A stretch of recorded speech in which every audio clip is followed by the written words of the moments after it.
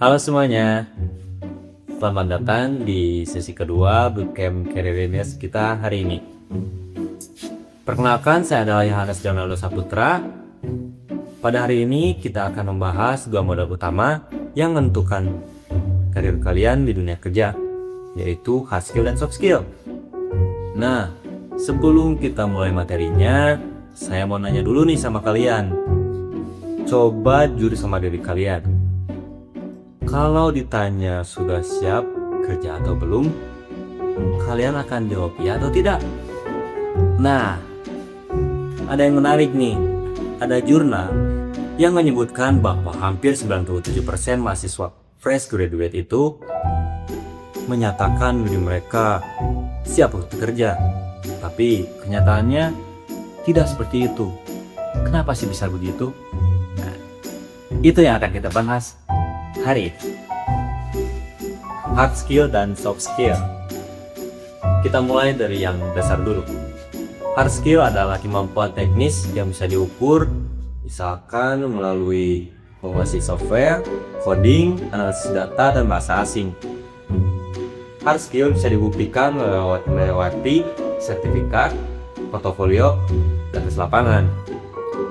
Untuk soft skill adalah kemampuan personal dan interaksi bersama orang lain. Soft skill terbagi menjadi dua, intrapersonal dan interpersonal. Untuk intrapersonal, sebagai contoh adalah manajemen waktu, berpikir kritis, dan inisiatif. Sementara untuk interpersonal adalah komunikasi, kerjasama tim, dan kepemimpinan. Apa sih bedanya? Bedanya, hard skill relatif mudah diajarkan di kelas, sementara soft skill butuh latihan berulang. Tidak cukup hanya menghafal teori. Nah, ini nih bagian yang menurut saya penting banget. Ada studi dari Harvard University, Kemen Foundation, dan Stanford Research Center yang mengungkapkan bahwa kesuksesan jangka panjang dalam berkarir tentukan 85% oleh dominasi soft skill, sementara hard skill menyumbang 15%.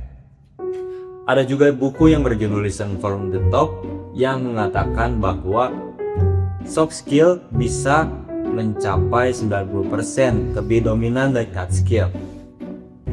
Lalu ada riset terhadap 105 fresh graduate yang menyatakan bahwa kombinasi soft skill yang matang bersama motivasi kerja internal terbukti paling berpengaruh signifikan bagi kesiapan kerja. Menarik, rasa percaya diri tanpa bekal soft skill nyata ternyata terdeteksi tidak berdampak signifikan. Nah, pada saat ini, kenapa banyak fresh graduate yang merasa siap tapi kenyataannya tidak? Karena mereka mungkin memiliki rasa percaya diri, tapi soft skillnya belum benar-benar terlatih. Nah, supaya kalian semakin terbayang, saya akan share studi kasus nyata dari hasil riset mewawancarai AR di perusahaan swasta dan instansi pemerintah. Ternyata banyak fresh graduate itu sudah kuat di hard skill, mereka tinggi, paham teknis, baik teknologi, tapi soft skillnya kurang.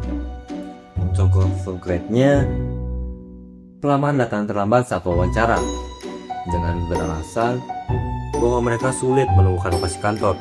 Padahal, begitu mereka tiba di kantor, penilaian itu sudah dimulai dari cara mereka datang, penampilan, sampai bagaimana mereka merespons situasi tak terduga. Itu menunjukkan lemahnya manajemen waktu. Lalu, untuk contoh kedua, banyak pelamar kesulitan menjawab pertanyaan analisis atau isu terkini. Itu menunjukkan lemahnya berpikir kritis. Ada salah satu HR director yang bilang, ini sudah saya rangkum ya, mengembangkan karakter jauh lebih sulit daripada mengajarkan skill teknis. Itulah kenapa perusahaan menilai dua-duanya saat rekrutmen, bukan cuma dari nilai akademik. Sekarang saya mau ajak kalian mikir bareng lewat sebuah skenario dilema etika dalam dunia kerja. Coba dengerin baik-baik ya. Kamu baru masuk kerja, atasan minta kamu terlihat sudah menguasai semua software yang sebenarnya perlu kamu pahami sepenuhnya, karena tim sedang dikejar deadline klien. Nah, apa yang akan kalian lakukan jika kalian dalam posisi itu. Pertanyaan pertama, apa resikonya kalau berpura-pura bisa? Perkenalkan, nama saya Swi Mahadi.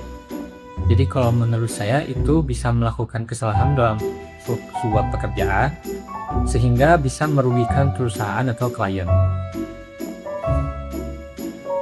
Bagaimana jujur soal keterbatasan tanpa terlihat kompeten? Baik, Nama aku Jarini Manap. Menurut aku, kita itu harus jujur, tetapi dengan diiringi dengan kita mau belajar juga. jadi intinya di sini soft skill dibutuhkan itu bukan cuma komunikasi, tapi juga tanggung jawab etis dan problem solving. Jujur soal keterbatasan itu bukan tanda lemah, justru itu adalah bagian dari profesionalisme. Daripada berpura-pura berisiko bikin kesalahan ke klien, lebih baik bilang terus terang sambil menawarkan solusi, misalnya meminta waktu belajar cepat atau kerja bareng rekan tim yang lebih paham. Cara mulai mengembangkan soft skill. Jadi ada banyak cara, tapi akan saya rangkum dalam 5, yaitu yang pertama, aktif di organisasi atau kegiatan kampus, melatih kerjasama tim dan pemimpinan. Lalu yang kedua adalah latihan bicara di depan umum, contohnya seperti presentasi dan diskusi kelompok. Lalu yang ketiga, biasakan refleksikan diri. Itu membuat kita mengenali kelebihan dan area yang perlu diperbaiki. Lalu yang keempat, cari mentor atau ikut magang untuk praktik langsung. Lalu yang terakhir, jangan tunggu siap baru mulai, karena soft skill terbentuk dari pengalaman yang berulang.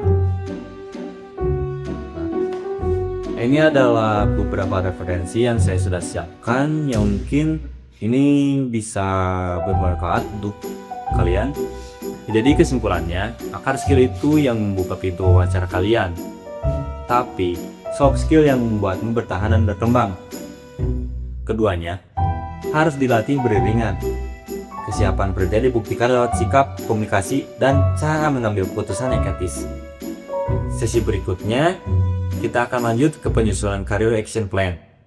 Biar semua yang kita bahas hari ini bisa diterjemahkan jadi langkah nyata. Terima kasih sudah mengikuti sesi ini. Sampai jumpa di sesi berikutnya.